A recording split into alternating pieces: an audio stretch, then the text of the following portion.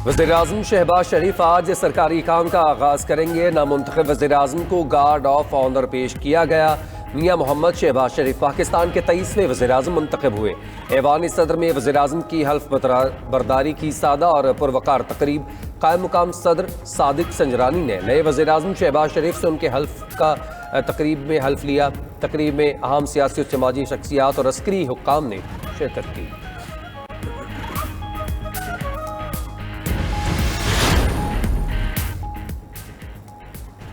वज़ीर-ए-आज़म शहबाज शरीफ को भारतीय हममंसब नरेंद्र मोदी की मुबारकबाद का। हिंदुस्तान खित्ते में अमन और इस्तेहकाम का ख्वाह है, अपने लोगों की फलाह बहबूद को यकीनी बनाना चाहते हैं।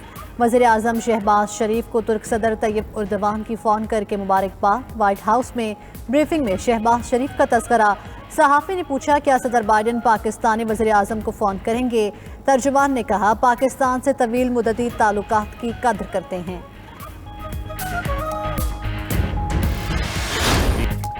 शहबाज शरीफ ने वज़ारत उज़्मा के इंतखाब में 174 वोट हासिल किए। कौमी असम्बली में नए वज़ीर-ए-आज़म के इंतखाब के लिए वोटिंग हुई। डिप्टी स्पीकर कासिम सूरी ने कुर्सी छोड़ दी। कार्रवाई अय्याज सादिक ने चलाई। तहरीक इंसाफ के उम्मीदवार मखदूम शाह महमूद कुरैशी ने आखिरी वक्त में बॉयकॉट किया।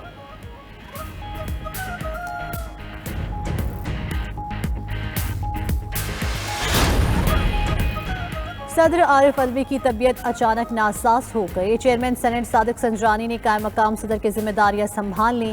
सदर मुमलिकत आरिफ अलवी अलालत के बायस रुखसत पर चले गए। डॉक्टर्स ने आरिफ अलवी का मुआयना किया और आराम का मशवरा दे दिया।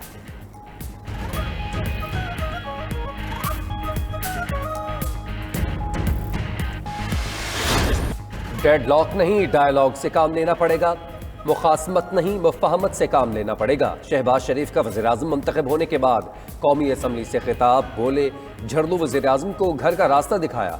बातों से तब्दीली आनी होती तो 4 साल में मुल्क तरक्की याफ्ता हो चुका होता। कैसी तब्दीली की हवा चली, मईशत समेत हर चीज़ तबाह हो गई। जहर आलूद पानी को साफ करने में कई साल लगेंगे। इत्तेहाद और इत्तफाक होगा तो मुल्क को मंजिल तक लेकर जाएंगे। वज़ीर-ए-आज़म शहबाज शरीफ का कम अज़ कम माहाना उजरत 25,000 करने का ऐलान। सिविल और मिलिट्री की पेंशन में 10% इजाफा कर दिया।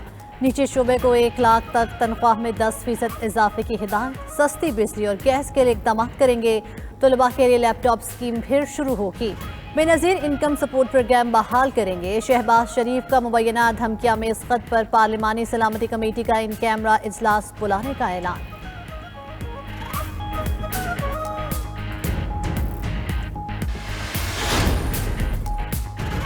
पीटीआई का कौमी असम्बली से इस्तीफे देने का फैसला। ऐवान में खड़े होकर ऐलान किया। इमरान खान ने NA-95 से अपना इस्तीफा जमा करवा दिया। कासिम सूरी कहते हैं इस्तीफे उन्हें मिल गए, खुद मंजूर करके इलेक्शन कमीशन को भिजवाएंगे।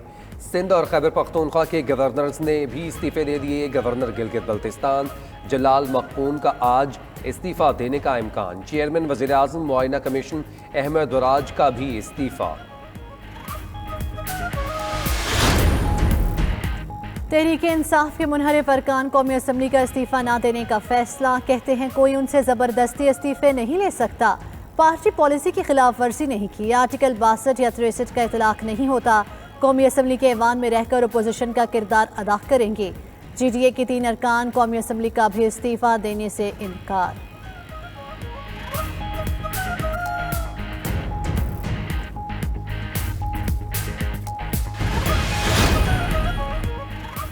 तहरीक इंसाफ के कारकुनान का एहतजाज दूसरे रोज़ भी जारी। मुख्तलिफ शहरों में सड़कों पर निकल कर मुजाहरे किए। 4 सद्दा में फारूक आज़म चौक में रैली निकाली। जतोई में झुग्गीवाला चौक से पताफी चौक तक एहतजाजी रैली निकाली गई।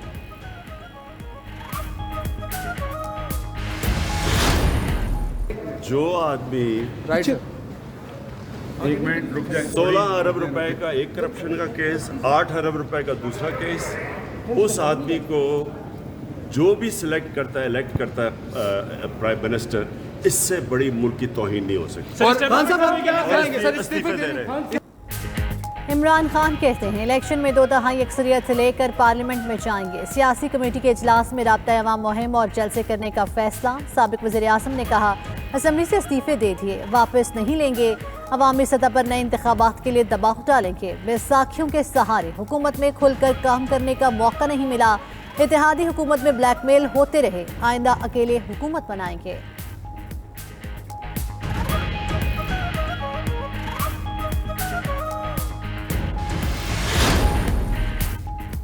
मरियम नवाज, हमजा शहबाज और अहले खाना की वज़ीर-ए-आज़म हाउस आमद लीगी कायदीन ने वज़ीर-ए-आज़म हाउस के स्टाफ से मुलाकात की। मरियम नवाज कहती हैं, ना अहलों की हुकूमत जाने पर आवाम ने सुख का सांस लिया।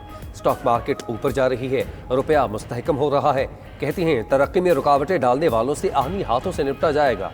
इंतकामी कार्रवाई पर यकीन नहीं रखते। लाहौर से बनी गाला तक माल गाड़ी चलती थी, उसका हिसाब होगा। शहबाज शरीफ के वज़ीर-ए-आज़म बनने पर नून लीग के कारकुनों का जश्न। लाहौर में ढोल की थाप पर भंगड़ा, घोड़ों का रक्स भी कराया। खोकर पैलेस और दीगर मकामात पर आतिशबाजी, मिठाइयाँ तकसीम। होटल में मुकीम मुत्तहिदा अपोजिशन के अरकान ने भी नारे लगाए। रावलपिंडी, गुजरावाला, नारोवाल, मुल्तान, कसूर, ननकाना साहिब और दीगर शहरों में जश्न। लंदन में नवाज शरीफ की रिहाइशगाह पर भी जश्न मनाया गया।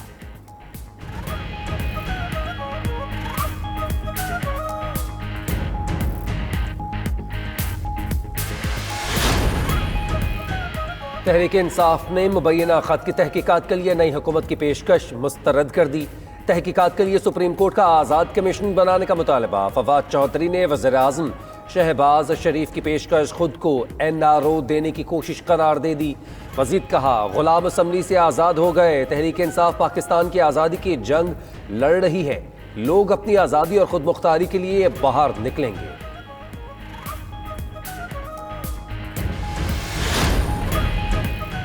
अमेरिका ने एक बार फिर से भारत को रूस से तेल खरीदने से रोक दिया। अमेरिकी सदर और भारतीय वज़ीर-ए-आज़म में वीडियो लिंक राबता। कहा, रूस से तेल की खरीदारी भारत के मफाद में नहीं। जंग के बारे में अमेरिकी रद्द-ए-अमल को नुकसान पहुंच सकता है। रूस से तेल की खरीद में भारत की पोजीशन खराब होगी।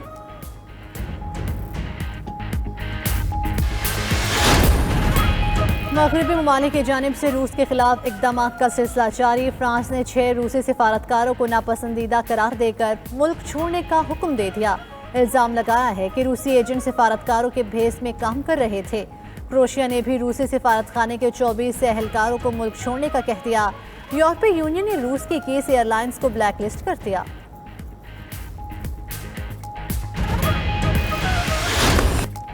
बाबर आजम ने एक और एजाज अपने नाम कर दिया। इंटरनेशनल क्रिकेट काउंसिल ने बाबर आजम को प्लेयर ऑफ द मंथ करार दे दिया। कौमी क्रिकेट टीम के कप्तान बाबर आजम को ऑस्ट्रेलिया के खिलाफ होम सीरीज में शानदार परफॉर्मेंस का सिला मिला। विमेन क्रिकेटर्स में ऑस्ट्रेलिया की Rachel hence player of the month करार।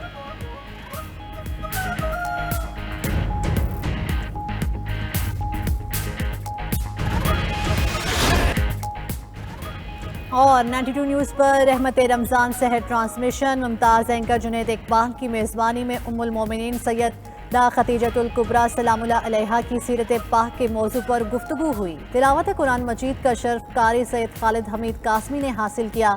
मेहमानान गिरामी प्रोफेसर मोहम्मद सईद अहमद, डॉक्टर शबीर अहमद जामी और पीर कमरुल शकूर अहमद ने उम्मुल मोमिनीन की सिफ़ात को जामे तौर पर बयान किया। मारूफ कवाल शेर मियां दाद खान ने खूबसूरत आवाज़ में कलाम पेश किया।